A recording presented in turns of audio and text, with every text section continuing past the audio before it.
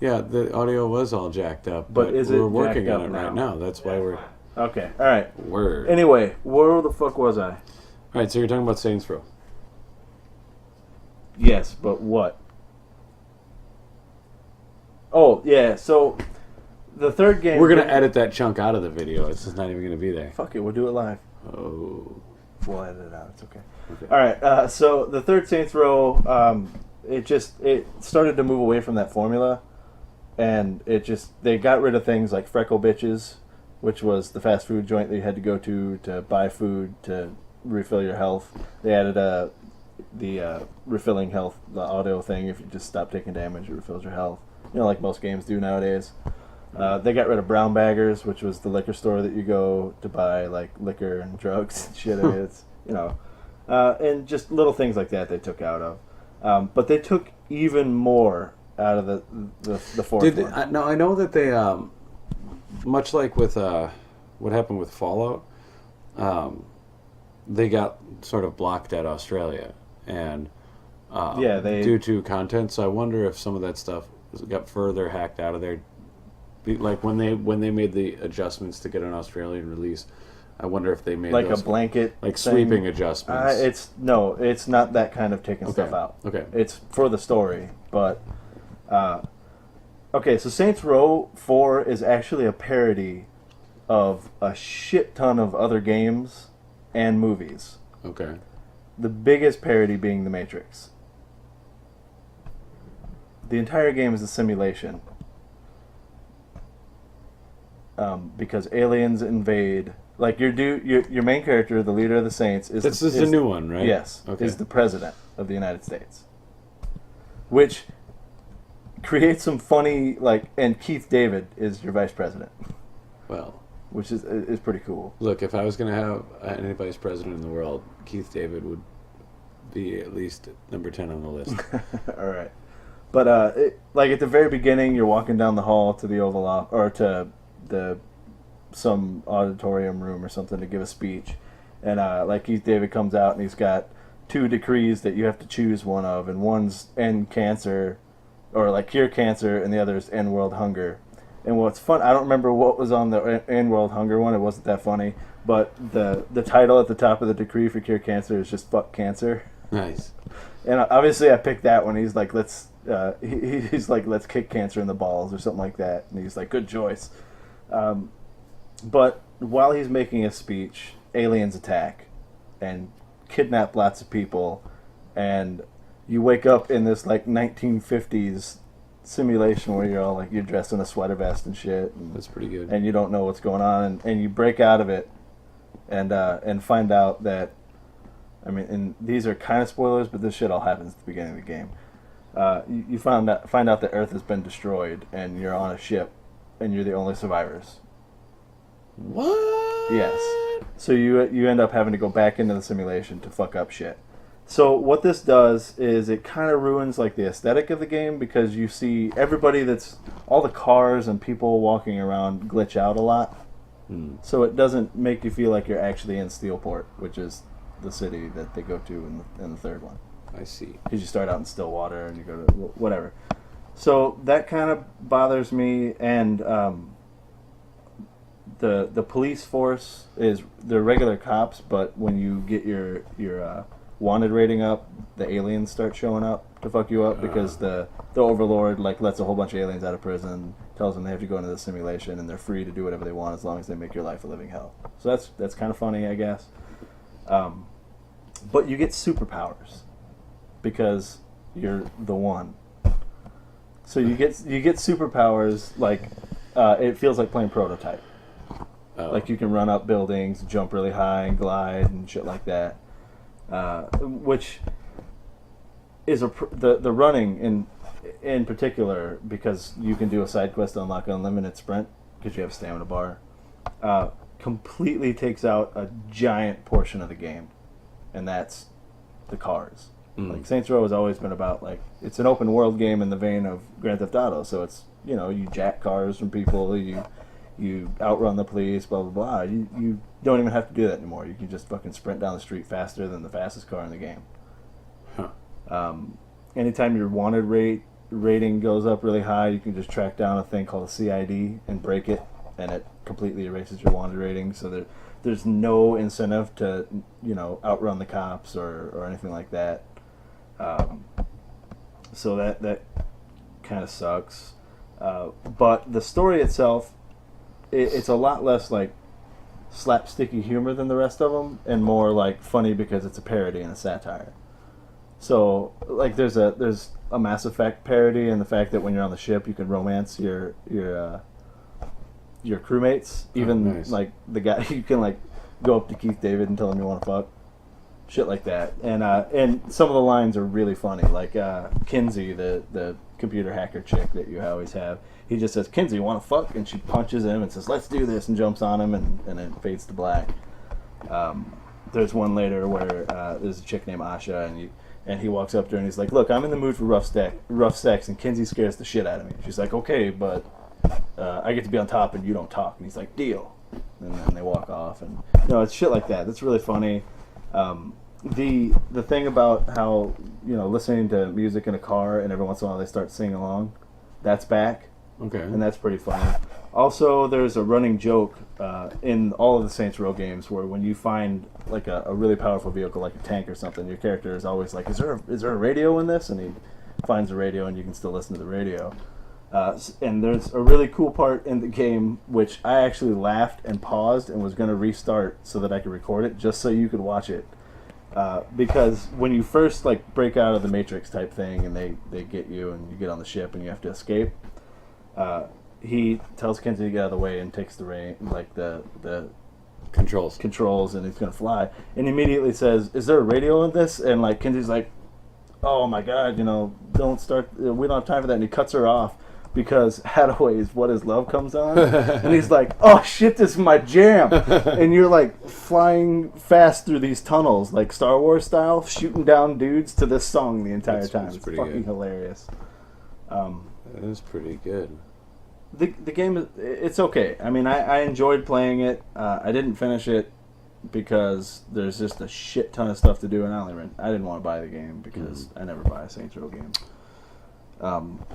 But there's some really funny parts in the game, but for the most part, it's just running around, jumping on top of buildings, and collecting power-ups. Running, jumping, like climbing trees. Oh, okay. All right, well, let's move on then. The game that we both played, which is Flashback. Yes, Flashback. Summer of Arcade title. It's one of the 2 of 4 titles we've been waiting for. We've got Turtles coming out next. Have we been waiting for all 4 of them? No. Oh, okay. It's one of the 2 of the 4 that we were waiting for. Right. We were waiting for Flashback and Turtles. The first 2 were sort of Not my thing. I don't know. Right, not my thing either. Apparently Brothers is probably pretty good. People seem to really dig on it. It's just not really my thing. Yeah. So, Flashback, which... What was the other one? It's the one that's like by the same dude that did like the dishwasher and shit. Oh, yeah, I don't care. Maniac Mike or some shit. Yeah. Not Magic Mike, though. Right. Totally different guy. Presumably. Right. All right, so Flashback, in case... Wow, that's a loud-ass car. In case anybody doesn't know what we're talking about, Flashback was originally a title for the Sega Genesis. It's a side-scrolling... yeah, it was in the same vein as like Prince of Persia. Yeah, side-scrolling sort of action... Delphine software. Like action-adventure RPG. Well, it wasn't... The original... There was no RPG element. It was just like an adventure game. Okay, adventure, okay. Sci-fi setting, kind of more like a puzzle game, sort of. Well, just the way you had to go about things, you could, anyway. Yeah. It's sci-fi really setting. What everyone remembers about it usually is the like, oh man, it's the game where you wake up in the jungle and you got to figure out where the hell you are. Because most people, like me, never got past the jungle. Right. And what's funny is that it only takes like half hour. It's the very beginning of the game. But the game itself is really short. And it was short back then, too. Right. Now, some of the things, like one of the things that I thought was really, really great about this arcade release of it is that it's an 800 space buck release. Yeah. Which, instead of a 1200, which is nice. puts it at $9.99, I believe, at $800. Something like that, yeah. The game includes the original Genesis version as well. Does it? Yes. I did not see that. Yes. You can play Flashback Classic. I think it's in there but yeah, it includes the full original. Extras or something? Yeah, something like that. I'm enjoying it. I made a bold move and decided to go outside the lines, think outside the box.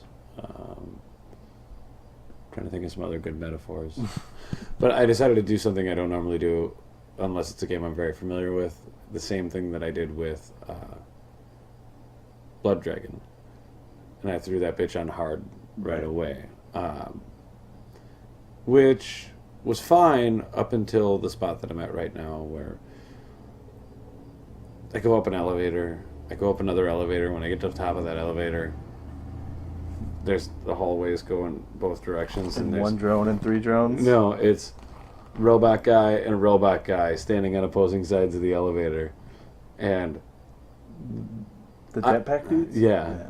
So, like, I get up there, I'm even, charge up my gun. There's an easy way to deal with that, I'll tell you that when you're done talking. Charge up my gun, roll up there, and then, shoot the one guy, and it doesn't kill him, and then I, light him up, and while I'm doing it, the other guy kills me. You have a shield, right?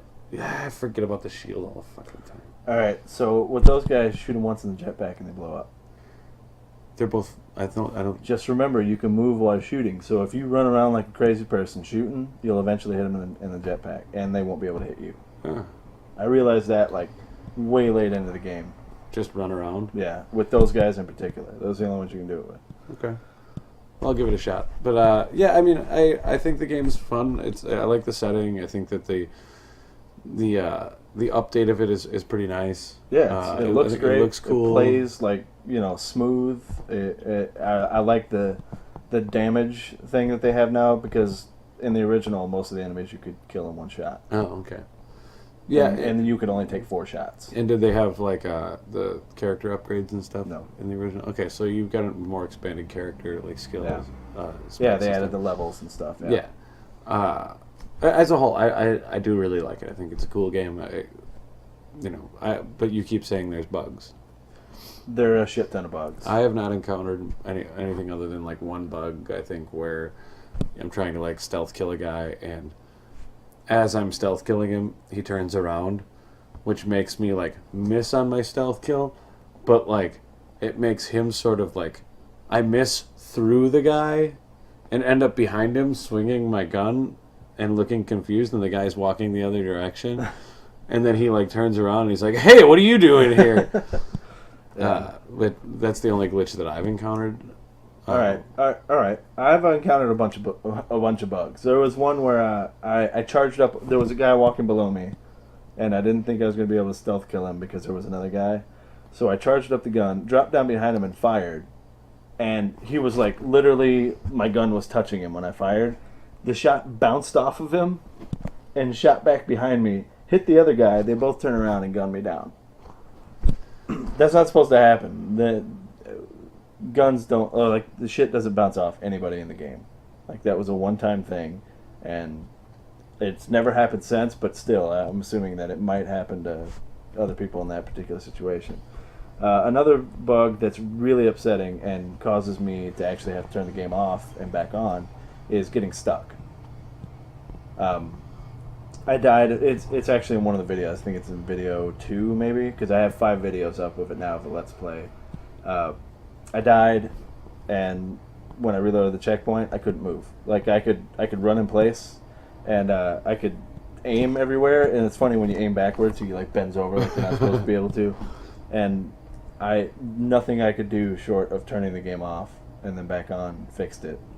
And that comes into play later and is way more annoying and happens way more frequently at the end of the game when you're fighting the aliens that can dissolve into a puddle and move around and then come back up.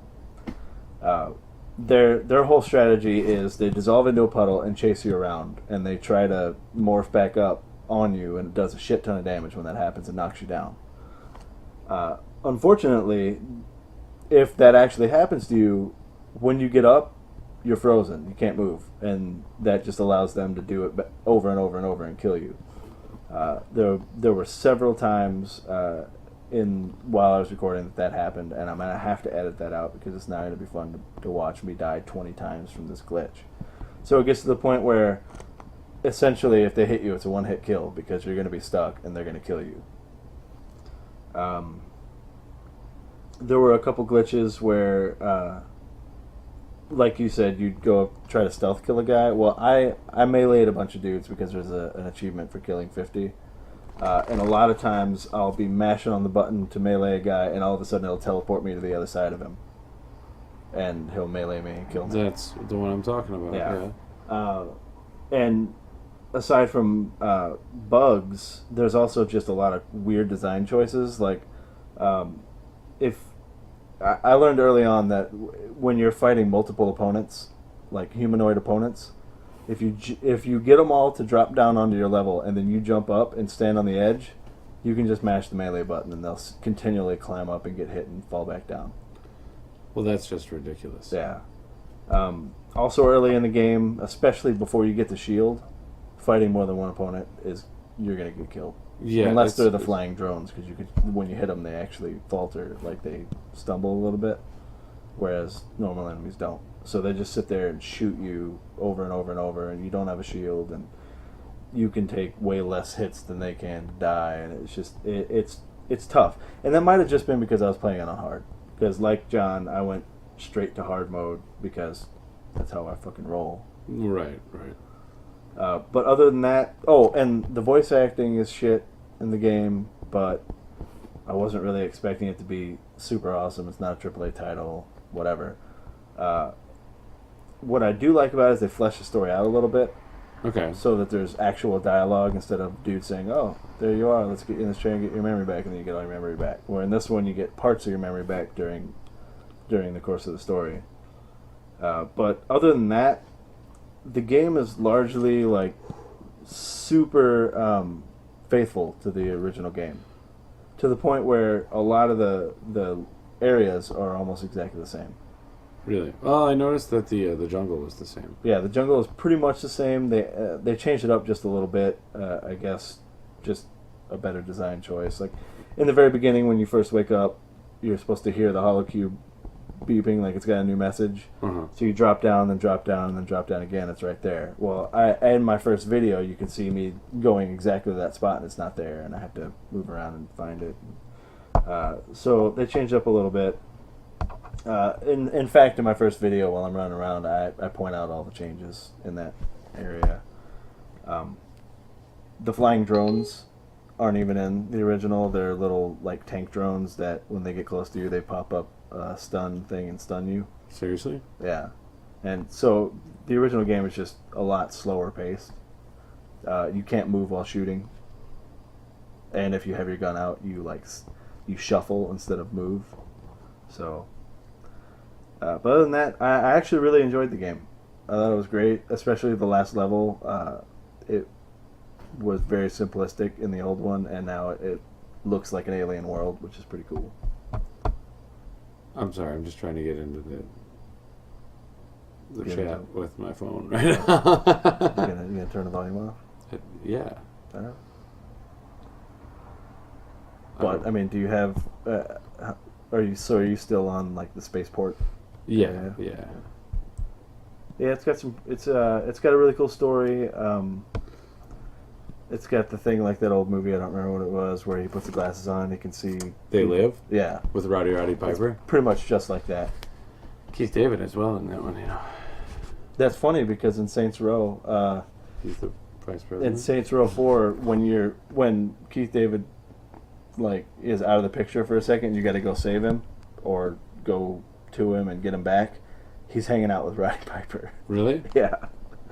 And they're fighting and shit. It's hilarious. That's what they do in They Live. They beat the shit out of each other through an alley and shit. Yeah, that's exactly what happens. That's a straight scene from They Live. Yeah, so that was pretty cool. Yeah, I mean, I don't really have anything else to say other than the game is good. I recommend it, especially if you like the old one. Right. Yeah. And now that I know that the old one's actually in that, I'm going to go back and play that. Yeah, I'm not, like I said, I mean, I'm stuck at one spot, but, you already told me a thing to do. So, I'm gonna keep playing it. If I weren't, obsessively playing Dishonored still. Which I'm gonna talk about a little bit more. I had been like putzing my way through. I tried Dunwall Trials. Fuck that shit. I'm just not gonna do it. Maybe later I'll try it, but right now it's like Knife of Dunwall though. I started a few weeks back and then just didn't play at all because my life was crazy. And I spent some time over the last couple of days playing this game, playing the Knife of Dunwall DLC. And son of a bitch, man. I'm full on like right back into obsessed with Dishonored all over again. Dowd is a really cool character. I like that, basically like I'm playing the same way I was playing as Corvo, but now, which means that I'm trying to do like non-lethal solutions for the targets and shit like that. Right. And the outsider and the other assassins are like, "What's your fucking deal, Dowd? Why are you turning into a pussy?" Nice. Badass like you, and you're sending this guy off in a shipping crate, and you're getting this guy arrested. Like, what's the deal? Word. So I like that. I like that Dowd has a handful of like different gadgets and abilities that Corvo didn't have. I watched you trick those mine things at one time. That was pretty cool. Yeah, I got an achievement. Yeah, was it? Yeah, maybe it was today. Maybe it was yesterday. Who knows? Where you actually attach one of those mines to a rat. Yeah, I remember you looking through the list and saw that. And then I did it yesterday. Oh, nice. It was pretty cool. Like I saw a guy, like there was a guy off in the distance, and I saw the little like things over his head, which made like he thinks something's up, and he's gonna come over and check it out. And I was like, oh fuck, what do I got? What do I got? And as I was like trying to figure out if I was gonna knife him or pull out a crossbow or something, I realized there were like 4 or 5 rats in front of me, and I was like, threw one of them fucking things on it. And the guy walked past and it was all like zap, and fucking vaporized him. Nice. So yeah, it's pretty cool. There's a lot of stuff in there I really really like, and which is now making me even more excited. Like I was a little frustrated to think like, oh man, now that I'm really starting to like it, obviously I'm really close to the end of the DLC pack, and that's going to be a big downer. But the other DLC is out now, the Witches or whatever, Bormar or the whatever. Witches of something. Something with a B. Yeah. Brigmeyer. Witches of Bitches. Witches of Bitches. Yeah, absolutely. And I'm all over that. I actually almost bought it yesterday, day before, just because, and then I was like, well, you know what? Maybe I should get a paycheck this week before I start doing things like just buying things that I'm not going to be able to play for a week anyway. Yeah. And especially since there's a couple other things I should play anyway, just to hammer them out in the meantime. But love the shit out of it, man. I think I'm actually getting notably better at the game and than I was even when I played through the actual campaign. To the point that I think that I might do another campaign playthrough stealth only. Yeah. And then as soon as I'm done and my skills are sharp, honed, I'll immediately jump right into Dunwall Trials and see if I can fucking kill that shit. Sweet. Might have to take some video of that because I do a lot of like. You should record everything anyway. I do with Dishonored. I do a lot of like 10 minutes of like really baller shit, like super like pro fucking stealth shit, and then I do something stupid and then kill like 30 fucking guys, and then I'm like, well, fuck this, I just fucked the whole thing up, so I die, reload it, and I'm like, oh, that's great, I just lost all of that shit that I just did. Save often. Well, their checkpoint system is just weird, but the upside there is that when I have to redo it, then I obviously have a strat, know exactly how I'm gonna fucking do it. Yeah, strats are important. Wow. Yeah. All right. That's that, man. That's so now, I know Brigmeyer, Witches of Witches of Bitches, bro. Yeah. Witches of booty dancing. I don't fucking fish. know.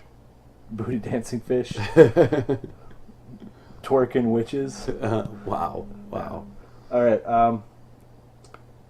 I'm going to talk more about Final Fantasy XIV. And I know I've talked about it with the last 4 episodes now. Yeah. the reason I'm bringing it back up is because early access has started. We're in day 2 of early access. The game comes out on Tuesday, and so far it's still a pretty fucking amazing game. I guess in the interest of not talking for an hour about it like last time, they added a few things to the game to make it like more accessible and a little like easier to get into it, which I think is pretty cool. They added a thing where you can you click on a tab called recommendations, and it shows you all the quests in your area and all the enemies that are on your hunting log that you can find in that area, and that's pretty cool. We got into like some fate grinding where we had a circuit of fates that show up, and the fates are the things you go into and kill a bunch of stuff and get like extra experience. So we did that because we needed to get the leader of our free company to level 25 so he could start the free company before somebody else took the name. Right. So we spent all day doing that to get him up to 25. And the reason we did it that way is something that I need to talk about that's really, really bothering me about this game. Is it the drip of sweat that just ran down my neck and is running down my chest right now? No, it is not the penis that you put in the chat. The only problem I have with this game is not even an aspect of the game itself. It's the fact that it is literally just plagued with errors, like game-breaking errors that they should have fixed. And the sounds to me four like phases of beta that they had. Sounds to me like the exact same horseshit that happened when they first launched the game before they Realm Reborn the shit out of it. No, that wasn't a problem with errors. That was a problem with the game sucking. Okay. This game is awesome. It's just there's in Phase 4 there was an error 90,000, which was if you tried to go into an instance, which is like a dungeon or certain parts of your story quest go into like an instance to do a fight. Do you know what I mean by instance? Because you're not an MMO guy. It means you go into your own personal little area that no one else is in. It's called an instance because nobody else can get into it. So you run around and you like it doesn't exist in the game world. You go into it. It technically in the storyline it exists in the game world, but only you're in it. Like nobody else is in it. Okay. So error 90,000 was whenever you tried to get into an instance, the game would lock up and give you this error 9000 and kick you off the game. Well, that's not fun. So they did a maintenance to fix that. At the end of the maintenance, the game came back up. We all played for a couple hours, and then something else broke. When you tried to zone into a new zone, you told me about the zone. It would get stuck loading forever, and then when you logged out, tried to log back in, there was an error 3102, which would not. It would say that your character was already logged in. You couldn't log in, and they could not fix that. For like, I think we were locked out of the beta for 27 hours before they finally let us back in. How many minutes? I don't fucking know. 27 hours and 36 minutes and 49 seconds. I'm just saying I wouldn't be shocked if you knew the exact amount of time. No, you should be because that's weird. So there was that problem that affected a shit ton of people in the beta. There were still people that were actually able to play if they heard about the problem and logged out without trying to change areas. It didn't affect them, and they had a maintenance to try and fix it, which did not fix it. So when the game came back up, all those people could still play, but the people that were affected by this 3102 error couldn't. And are there vampires in the game? Not yet. I don't think so. Final Fantasy's never really been big on the vampires, except for just random. There is a vampire. Ooh. She's the boss of Hawk Manor, one of the dungeons. I love me some vampires. We're totally into vampires. Okay, so after that, they extended the beta like 6 hours. The problem with that is this game's based in Japan. The 6 hours that they extended for everyone was from 4 a.m. to 10 a.m. for North American players. That doesn't help us because we're all asleep. Pull out your poop sock and get to work, man. I tried to stay up. I stayed up till like 5:30. Josh was sitting here playing games on the Xbox, and I couldn't deal with it. I went to sleep. So then early release rolls around, No problems getting in. Really cool. Played for, several hours. And then all hell broke loose. The Error 90,000 came back, and they took, while I was at work, I went to work at 9 or whatever. The servers went down at 10. We're down until 2:30 for maintenance. Didn't fix the problem. The servers went back down at 4:30. We're back up at 7:30. Still didn't fix the problem. Well, it kind of fixed the problem with the dungeons. You could use the Duty Finder to get into dungeons, but you couldn't get into your personal instances anymore. So, you click on the OK button to go into the instance, and you just freeze there. You could move the camera around, you could talk in the chat or whatever, but you couldn't move. And you couldn't even bring up the menu to log out. I'd have to, close the window and reopen the game. No, look, I want to be understanding about it and be like, look, yeah, there's only, you can only know. I'll tell you why all this is happening, and you'll understand. No, I know exactly why it's happening. Why is it happening? Because of the massive volume of players. Yes.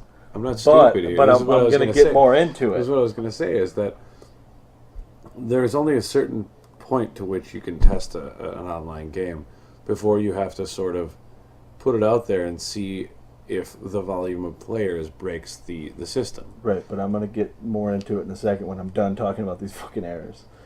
All right, so the game went down at 2 a.m. this morning to fix that. That's what AM means, yeah. To fix that error. Yeah, but it could have been yesterday morning or, in the future. Okay. That would have been went weird. Down 2 a.m. this morning. Has not come back up yet. And this is early access. This was the whole reason to pre-order the game, was to get early access. And nobody in the North American servers or the European servers can play. Now the thing is, the Japanese servers have not been affected by any of this at all. And the reason that is because the server sections are sectioned into Japanese and then North American and European. And there's the same amount of servers for each list. I can almost guarantee you there are 10 times more people playing outside of Japan than there are in Japan. But because Final Fantasy XI was bigger in Japan, and because Final Fantasy XIV 1.0 was bigger in Japan, they probably, thought that was going to be this way too. And it's just not the case. People all over the world are excited as shit about this game because it's good. So we're really worried that because we had problems with Phase 4, which was an open beta, but there weren't, there were a significant number of people playing because they all had beta codes. Mm-hmm. And then when open beta came, more people showed up. And then early release is indicative of all the people that are going to be playing on day one because they pre-ordered the game, they're going to be playing. So if the servers can't handle that now, when the game actually launches on Tuesday and all the people that didn't pre-order it go out and buy it and want to play, we're going to have some problems because there's going to be a shit ton more people than there are now, and the servers can't even handle it now. So, it's a good game, man. You gonna cry? It really is a good game. I'm really excited to play it. I'm really excited for them to get this shit sorted out so that we can play it. The problem is, I think that they're going to be losing customers because of it. I'm sure they will. And the reason I think they're going to be losing customers is when the errors happen, people go on the forums and they talk. They're like, "Hey, this shit's happening," and their customer service reps or their techs or their devs don't acknowledge. There's almost no acknowledgement. There's no "Hey, sorry guys, we realize what's going on. We're working on it." There's nothing. They're not saying a word. The problem that's happened all day today. I woke up at 9 o'clock to go to work today, and the first thing I did was sit down just to see if the game was up. You jealous? Jared just got in. Yeah, it's probably up now. But show's over, guys. David's gotta go. I gotta go, guys. But the problem's been happening probably since even before I woke up today, and just 2 hours ago, they finally sent out. Wouldn't you rather that they take the time and get it fixed? That's the thing. They're not. That's not what's happening because they would do maintenance. There hasn't been a maintenance. Mm. There are people that are actually in the game playing. That's just not. What they did was they severely. This is what they said on their forum. They severely limited the login capacity to fix the problem. So that means that there are some people on the server playing, just most of us aren't. Right, and I would assume that some of those people are logging in, and then rather than logging out, they're just staying Exactly. logged in. That's another thing that people have been saying. And it's actually like a joke now, is when you log in, don't ever log out. And that's all well and good, but that's going to further increase the problem, because now there's not going to be people logging out to accommodate other people logging in. The servers are going to be even more and more stressed. And it's a ridiculous problem. And I've been through several MMO launches. I know that this is how they always go. So it's not a big deal. Like, I'm not pissed off. I'm disappointed, and I'm kind of like frustrated that I can't play, but I'm not pissed off. I think he's pissed off. Seriously, I'm not pissed off. I'm frustrated. Because I've been through this before with other MMOs. But it doesn't... The problem is it doesn't look like... Are you saying it's not your first MMOdio? Yes. It's not my first MMOdio, guys. But it just... Because there's a lack of response from the devs, it doesn't look like they're doing what they need to do to fix this. Maybe they're not responding because they're tirelessly working trying to fix it. I'm sure, like most companies, they're paying someone to be the spokesman for these problems who's not working on the problem. At least that's what you would expect. One fix that we've been able to do throughout all this is just log onto a Japanese server. Problem with that is you don't like log into the game and then choose what server you want to go on. You're stuck to a server. So if you make a character on a Japanese server, you start all over. You can't transfer your character? No. Historically, you used to be able Final to buy Fantasy a transfer. You want me to buy a transfer every time every time my server goes down, I want to buy a transfer to go to this other server to play? Historically, the server transfers are like $25. Oh. I'm not doing that. If it was $1, maybe I'd be like, here's a fucking $1. Let me go play on the Japanese servers. And again, this is just my opinion, but I think it's because there just aren't as many Japanese players, but they have the same amount of servers. Those bastards. Yeah, and they're so lucky. It's so unfair. Right after Phase 4, they actually added more servers to the north. Well, to both sides, but they need to increase the server capacity. Well, it's just like EA when Battlefield or when Bad Company launched. EA and then always Bad sucks. Company too. EA always sucks the first week their games come out. It's like they go, yeah, I know that we had 5 million people playing on day one, but this game's not going to be as big as the last one. And it's always bigger. Let's just go with the same amount of servers we did last time. It's no big deal. Yeah. Bottom line, though, the game is great. I'm enjoying the shit out of it when I actually get to play it. And unlike the 1.0 of this game, which, Jared's in the chat now, he played it with me, and he absolutely hated it. And I actually tried to defend the game. I was like, dude, just give it a chance. It just came out. There's going to be problems. They're going to be updating things. And when I finally got tired of it, I realized that he was right about all the 1.0 shit. And it was just a horrible game. Apparently, the rest of the world did too.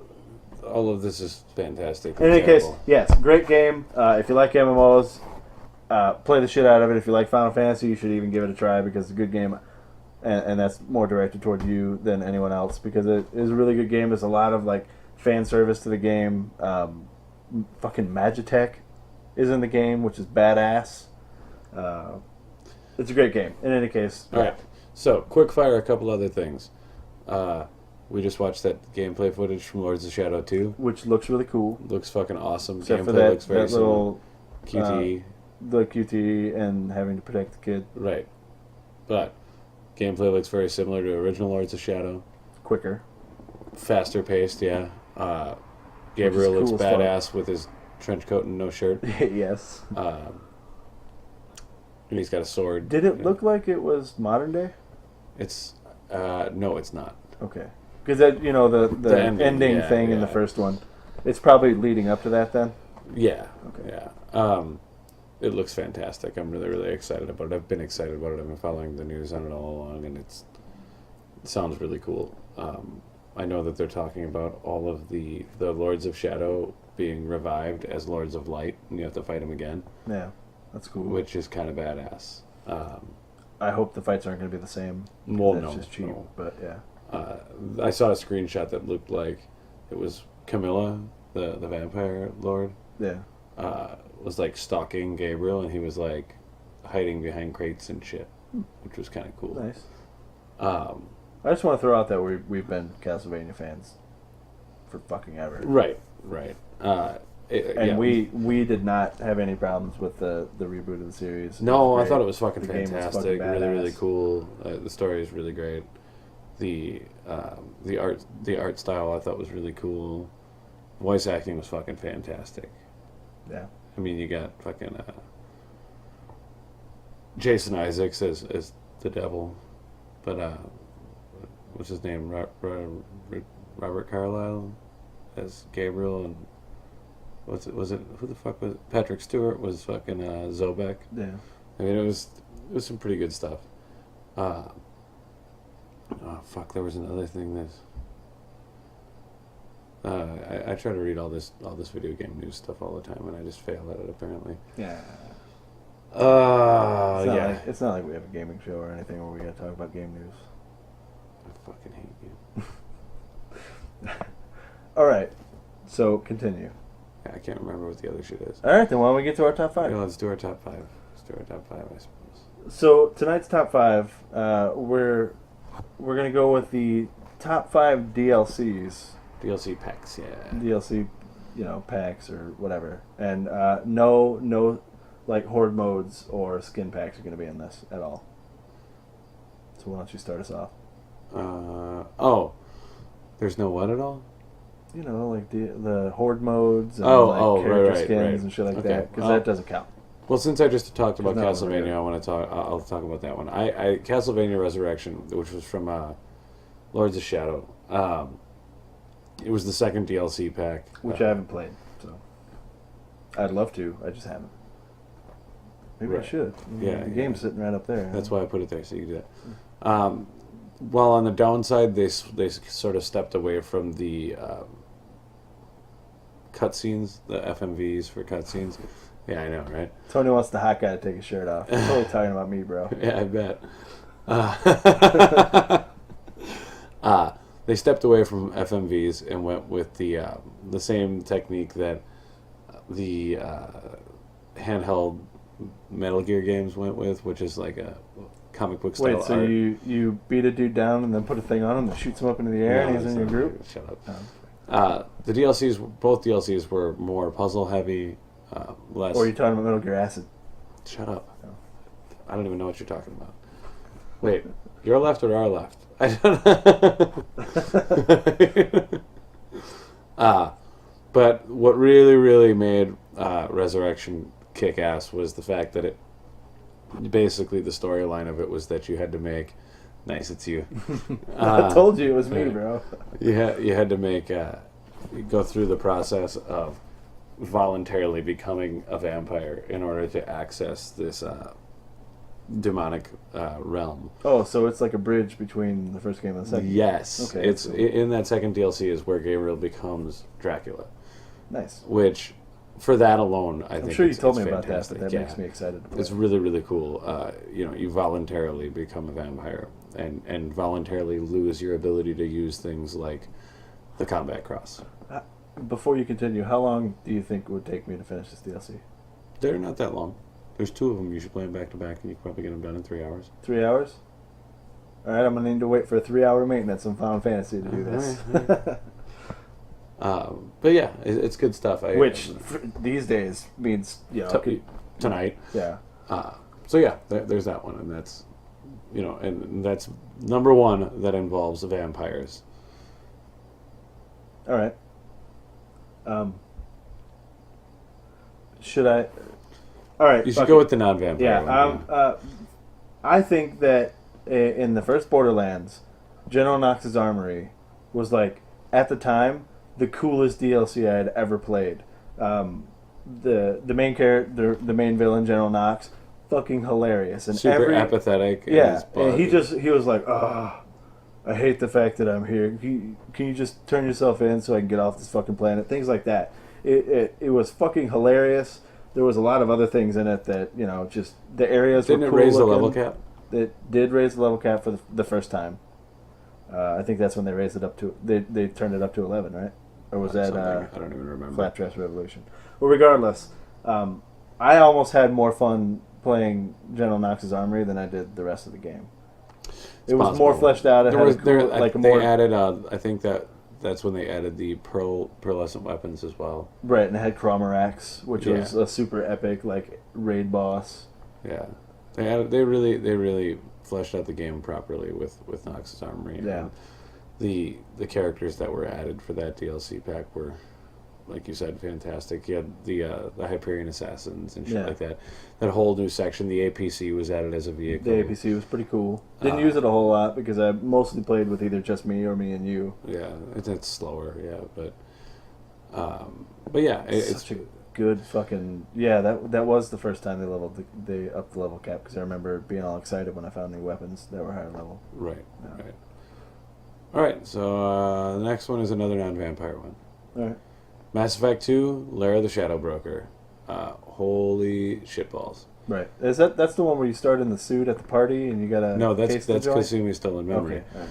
Lair of the Shadow Broker finally gives you the opportunity in Mass Effect 2 to get Liara back in your party. I think maybe I didn't play that one. It's that's why I don't remember it being super awesome. It is an epic action movie in a DLC.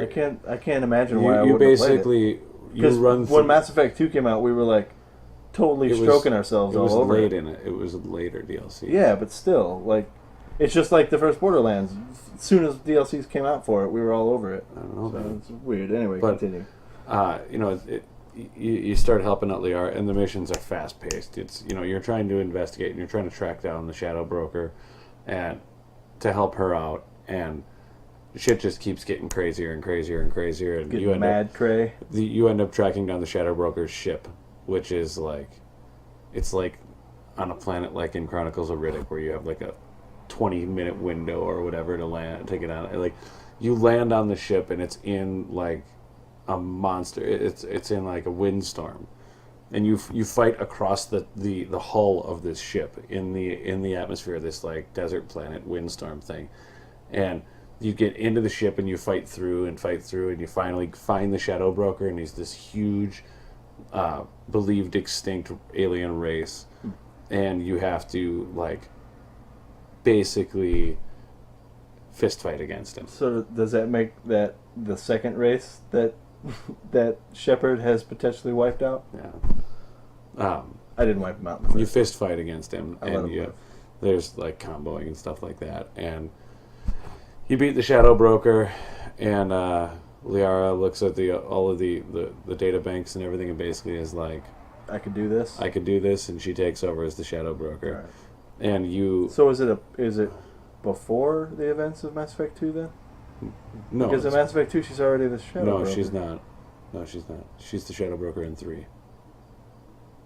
Was it 3? Yeah, because of that DLC, she's the Shadow Broker in 3. So yeah, and then you have access to the ship, and you can go there, and there's more weapon upgrades that become available through that, and Liara's there. You go talk to her. Oh, she was just running some corporation, right? Too. And you get extra missions and stuff. It is. The story is intense and fast paced. The setting is really, all of the settings are really, really cool. The interaction with Liara is really kick ass. If you had your romance with her, nail her again. If you had your romance with her in the first game and you stayed true to her, which most people do because it was tough as fuck to romance Ashley. But I tried and accidentally romanced right. Liara. But most people did not stay true to her. They were like, "Well, I gotta fuck Miranda." Miranda was super hot, bro. She's no Tally, bro. She's no Tally. So if you'd stayed true to her and you had the situation where in your quarters on the Normandy there was a picture of Liara there, then you totally get to nail her there. Okay. Did you have multiple saves or something? No, I read about it. Oh, okay. But yeah, it was a fucking kick-ass DLC. Nice. It was probably I'm gonna say I'm gonna look through my list and see if I have it, because if I have it, I played it, but it doesn't sound familiar. All right, so the next one on our list is back to the vampires. Back to us totally being into vampires. Dawnguard for Skyrim is fucking cool. I was a werewolf, and then I went into that fucking DLC and was like, fuck being a werewolf. Dude gave me the chance to change, and I was like, sign me up. Give me the glowing yellow eyes. I want to be able to turn into this big fucking giant thing that is awkward, but the cool Vampire looking. Lord. Yeah, and then I got all of the achievements for getting all the skill trees maxed out and stuff, and then I realized that you needed to do the same thing for the werewolf, so I had to go like reload. I actually didn't get all the achievements out of that one, which is very rare for me in a Bethesda game. You didn't get all the achievements from right. Fallout or New Vegas either. Okay. Fallout 3, you're missing 2. I didn't get them all from New Vegas because I didn't think it was all that great. The DLCs really made it great. And I'm only missing 1 on Fallout 3 because it glitched and didn't give me credit for getting all of the info terminals, and I just haven't gone back to do it. But let's talk about those games pre-DLC. How long did it take me to get all the achievements in both of those games? You did it really, really quick, but you know. All right. The New Vegas DLC is really good. You should have played it. We should be talking about Dawnguard right now. Yeah. Sorry. Oops. Not my 129,000 point gamer score. It could be 131,000 if you had the shit. 122,000, I think, actually. But Dawnguard is fucking cool because it opened up the world a lot, and it's a big story. Yeah. Like there's an actual story content. And it added a whole bunch of areas in the game. Added the crossbow as well, didn't it? Added the crossbow, which I never used because it wasn't as powerful as the bow I had. Right. Because I was an archer in Skyrim. That's awesome. The vampire thing, the crossbow, there's at least a couple of new. I think Dawnguard added dragon bone. Weapons. The ability to craft dragon bone. Yeah. Weapons. Rather than just heavy armor, you could get weapons and stuff. It also, I think, allowed you to craft arrows. Right. Finally, because of the crossbow. Yeah. You could craft arrows in bundles, which is really cool. It was just. I mean, anything that adds more story to Skyrim is okay in my book. When they said that they were done making DLCs for Skyrim, I got a little sad, yeah. The problem is that, like when Dragonborn came out, I sat down and I religiously played it. Right. Like just hammered through it. Which is just the same as what you did when the game itself came out. Right. I had to go down to Texas for Thanksgiving. Right. And I still got all the achievements done in a week. Yeah. But it was a sad situation where I finished Dragonborn and was like, and I looked at my achievements list and was like, well, it's been a good run, bro. Hopefully the next game is awesome in 5 years when it comes out. Yeah. But yeah. Why do they wait so long? I don't give a shit about Elder Scrolls. Oh, Elder Scrolls Online will be subscription based. That's one of the things that I saw. It's an MMO. Well, I know, but I also heard that there's a lot of problems with it. It might be crap, but I haven't seen a lot of info on it, so I'm not even gonna. Look, I don't give a shit about it. Like I'll play it or something, at some point. But Final Fantasy's down again. Nice. I'll probably try out Elder Scrolls Online just to see what it's all about, whatever. But I'd rather see Bethesda put out Fallout 4. Me too. Also, a Fallout MMO, I'd be all over that shit. Yeah. All right. Last on the list. David hasn't played it. And it's not really a DLC, but it's not really a DLC because you can buy it as a standalone that uses the game engine. Infamous 2: Festival of Blood, which I've heard you talk about ever since you first got it. I first played it when I went to Australia the first time. I bought because my PS3 was held hostage and then broken, and then returned to be broken. So, I was in Australia, staying with Gemma, and I found it listed in the PlayStation Store, and was clearly very excited. Talk about traveling and shit like we're like rich and famous. Yeah, I know, right? And so I purchased it and I played it like obsessively while I was there. It uses the exact same game engine that Infamous 2 uses, but it's a tangent storyline that's non-canon. Right, it would have to be. Where a vampire, like queen or something, comes to New Marais, and which works out really great because Numerae is supposed to be like New Orleans. New Orleans, yeah. And she basically turns Cole at the beginning. So you... And we're totally into vampires, so that's pretty cool. Right. So you basically, you have all of your already kick-ass like electrical powers and stuff, and then you get the ability to like turn into a swarm of bats and teleport between buildings and grab random people off the street and drain blood out of them to recover health. And does he give you the option to kill him or let him go?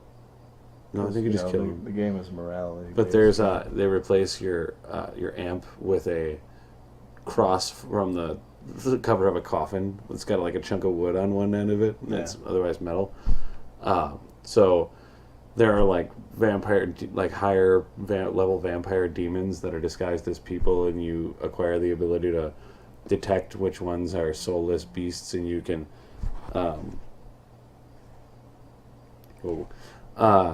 you can like throw your cross through their chest, like they're in a mob of people, and you just wham, and and that's pretty cool. Like I think that it's a perfect mix of like the great gameplay from Infamous and the vampire. Like they do, like it's funny, like Infamous is supposed to be, but it to me was like, man, I wish that there was a full release, a straight up like full game. Same with Blood Dragon. Yeah. They could make an entire game out of it, and it would be great. Well, with aside from the same concerns I would have with the full Blood Dragon game, where it might get too stupid. But it made me really long for a full-on open world vampire game. It's really, really great. You get and some of the trophies in the game are pretty great too. I mean, for covering some obscene amount of distance in a like bat teleport, you basically have to max out all of your character abilities, and you like just go like find a really tall building and go straight out across the city, and it's the swarm of bats just goes, and like it's how'd that go again? And it's really, really kick-ass. I can't say enough good shit about it. Plus, Cole looks fucking hardcore when he's all vamped out. Anymore? Well, he still kind of does, but he's all like really like he looks fucking creepy. Blood all over him all the time and shit. It's pretty good. Nice. Yeah, so that's gonna be number 5. Yeah. All right. So that was the top 5 for this week. I guess we're gonna go ahead and wrap up the show. We almost made our hour mark. If not for our technical problems in the beginning, we probably would have. Yeah, probably. Yeah. In any case, you can find us in a number of places on this interwebs that we have. You can, that one. Facebook, YouTube, the Twitter, and the band that we're in on Facebook as well. Yes. Do you have anything else to say? Where I play drums and David sings. I play the ukulele. I don't. I'm a tambourine guy. Yeah. Percussion. Yeah. All right. Do you have anything else to say to these people before we cut them out from our lives? I don't want David to take his shirt off. I'm not gonna take my shirt off. It's too hot. I'd have to peel it off. Yeah, it's pretty good. Well, I'm sorry that we sat here melting before your very eyes this evening. Hopefully, this will be the last sweltering hot episode on the leather love seat. Will it be? I hope so. Are we getting a new love seat? No, I'm saying maybe the temperature won't be so fucking high next week. I don't know. Maybe. In any case, yeah. So this was episode 14, and we'll see you guys next week. Totally into vampires. Peace.